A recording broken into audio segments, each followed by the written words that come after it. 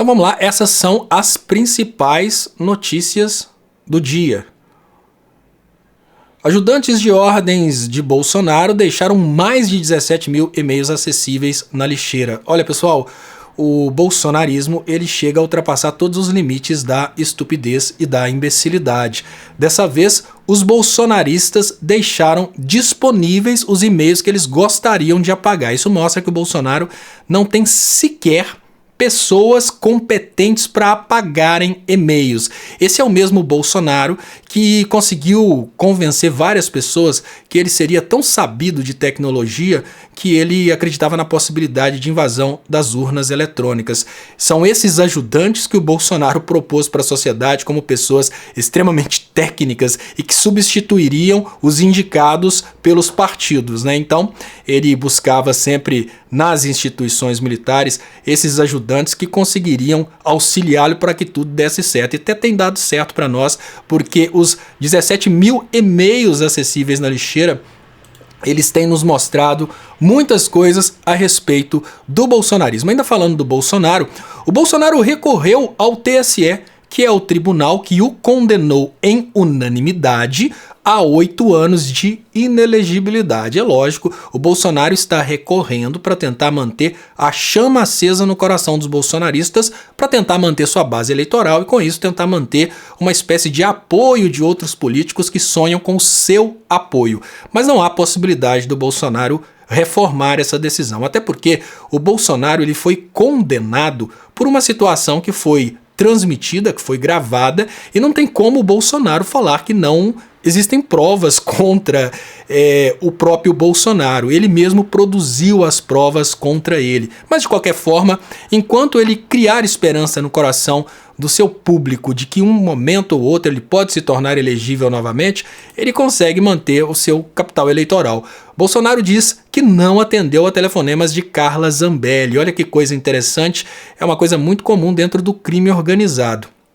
Quando o criminoso percebe que a organização criminosa está toda na mira da justiça, eles começam a se abandonar e um começa a entregar o outro. Eu sempre gosto de lembrar do filme O Preço de um Resgate, que quando o personagem interpretado pelo Mel Gibson ofereceu publicamente o dobro do valor do resgate pela vida do sequestrador, ele teve um momento ali que ele causou um caos dentro do crime organizado. E agora o crime organizado da direita, ele entra em caos. Novos e-mails sugerem que ex-assessor atuava como tradutora de Cid. Esses e-mails que foram deixados e estão sendo encontrados aí pelas investigações são bem pitorescos e bem interessantes. Eles têm nos mostrado muitas coisas, dentre elas esses níveis aí altíssimos de estupidez do bolsonarismo. O material está sendo analisado pela CPMI dos atos golpistas. Lembrando que a CPMI dos atos golpistas foi incentivada principalmente pelos próprios bolsonaristas, que agora são obrigados a assistir eles mesmos sendo desmascarados na frente de todos. Agora, o assunto mais importante dos dias, sem dúvidas, foi esse assassinato de um testemunha do caso Marielle Franco. Isso mostra que o crime organizado do Rio de Janeiro continua muito organizado e eles estão correndo atrás de matar testemunhas do caso Marielle. Então, a pessoa que mandou matar Marielle já mandou matar muita gente. Claro que isso nos assusta, isso nos dá um pouco de frio na barriga, né? Mas já é um motivo aí até para a gente ter uma intervenção federal na segurança do Rio de Janeiro. Afinal de contas, existem indícios de que muitas pessoas da própria polícia do Rio de Janeiro estão envolvidas nessas questões de milícias.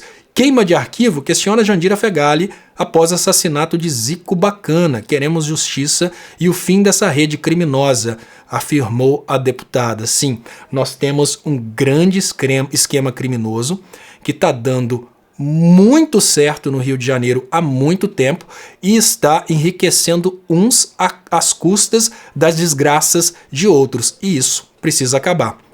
Internautas repercutem assassinato de Zico Bacana e cobram solução para o caso Marielle. Essa é mais uma queima de arquivos da milícia por trás da morte de Marielle, escreveu um perfil em rede social.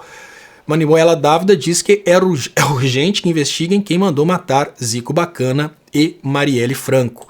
Agora, mudando do Rio de Janeiro agora para São Paulo, chacina no Guarujá. Morador denuncia que policiais apagaram imagens em local de morte. Gente, é lógico que o Tarcísio está usando essa chacina para fazer a sua propaganda política. O Tarcísio está usando essa questão das mortes das pessoas no Guarujá porque a partir daí ele consegue trazer para ele essa possível representação, aí sendo um representante do bolsonarismo. Isso é uma coisa muito perigosa, porque a sociedade brasileira ela é um pouco que sedenta por essa questão aí de justiçamento, porque programas de televisão e muitos outros recursos de comunicação acabam sempre colocando essa situação, né? Ou você está do lado da polícia ou você está do lado do bandido. Mas nesse caso em específico, eu tenho uma posição formada, eu tenho uma opinião formada. Adolescente morto no Rio foi executado por PM quando já estava caído no chão, diz tio. E o tio acusa de terem apagado as imagens e os policiais forjaram um tiroteio. Agora, o que me leva à conclusão de que isso é uma operação criminosa da polícia que está sendo permitida no Rio de Janeiro, é uma operação de execução. Isso aí, ó. 6 das 16 ações com mortes na operação no litoral de São Paulo não tinham PMs com câmeras. Então, obviamente, se a polícia militar está apagando as imagens, se a polícia militar está escondendo provas, é porque nós não estamos vivendo um momento de operações policiais, nós estamos vivendo um momento de extermínio de pessoas. E claro que no meio dessas pessoas exterminadas existem sim inocentes. Mas a pergunta que a gente tem que se fazer nesse momento é: como ficam esses inocentes agora? E como ficam esses policiais? A gente vai ter alguma punição? Porque a gente não pode esperar alguma punição da própria polícia do Rio. Então a gente precisa, obviamente, de uma intervenção do governo, que é uma coisa muito difícil de ser realizada, mas o momento é esse. Agora, o assunto também que bombou hoje foi essa questão de uma proposta do Zema de separar o Brasil em Sudeste mais Sul, que são os estados aí que são mais bolsonaristas, vamos dizer assim, com o Nordeste, que seriam estados mais petistas. Essa proposta é uma proposta extremamente perigosa. Ela está sendo criticada por muitos e aplaudida por outros, mas por trás dessa proposta existe um risco muito grande de que aquele contingente de imbecis que protestavam pelo bolsonarismo depois das derrotas e faziam acampamentos em frente aos quartéis, é perigoso que agora eles se engajem nesse movimento separatista, e esse movimento separatista ele tem um potencial destrutivo na economia brasileira. E para você entender, é muito simples. Imaginem que nós estamos vivendo uma situação em que investidores estão investindo no Brasil, pensando em todo o Brasil como mercado consumidor. De uma hora para outra, vamos imaginar a BYD da China, que está investindo 3 bilhões de reais no Brasil. De uma hora para outra, ela descobre que o Brasil pode ser partido ao meio. Será que ela vai querer investir 3 bilhões no Brasil, sabendo que ela vai ficar com os investimentos confinados na metade do Brasil? Então é uma modalidade de guerra híbrida que pode prejudicar muito o governo Lula. E agora, não pensem que isso é impossível. Em termos constitucionais, isso é impossível. Mas se eles colocarem várias pessoas nas ruas, e lembrem-se que o brasileiro ele é facilmente moldável. Os protestos fora Dilma, fora PT mostram que é possível colocar brasileiros nas ruas por qualquer motivo. As pessoas estavam lá e perguntavam por que estavam protestando, eles diziam que não sabiam por quê, mas alguma coisa tinha que mudar. Se essas pessoas tomam as ruas, é muito difícil imaginar que o Lula vai usar o exército brasileiro para dar tiro nessas pessoas para evitar um movimento separatista. E ainda que o movimento separatista não seja realizado da forma correta, ou seja, ainda que o Brasil não aceite a separação, se o Sul e o Sudeste se unirem, elegerem um novo presidente, esse presidente vai ser admitido por alguns países. E esses alguns países são suficientes para que os agroexportadores vendam seus grãos às custas do sacrifício do povo brasileiro. Então, há financiamento, há interessados, há financiamento possível e há capacidade de comunicação. Agora, nós esperamos, obviamente, das autoridades brasileiras, principalmente do governo federal e do Xandão, né, que é a pessoa que teve a coragem de afastar o governador do Distrito Federal, que tome uma atitude urgente para que isso não se torne agora uma modinha e que não comecem a levantar os patriotários em favor de um movimento separatista. João Amoedo, Romeu Zema e Tarcísio de Freitas disputam a posição de principal cabo eleitoral do PT em 2022.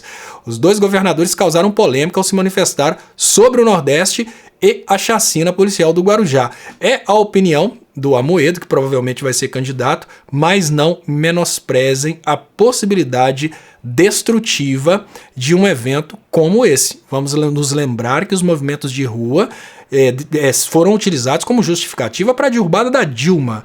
Agora, vamos cair na real. Não podemos menosprezar a capacidade de articulação desses movimentos, que para eles, que não vão ganhar nas urnas, é interessante dividir o Brasil em dois para que eles possam governar pelo menos a metade. Muito obrigado, inscreva-se no canal Leonardo Estopa, marque para receber notificações, compartilhe com seus amigos e até o próximo.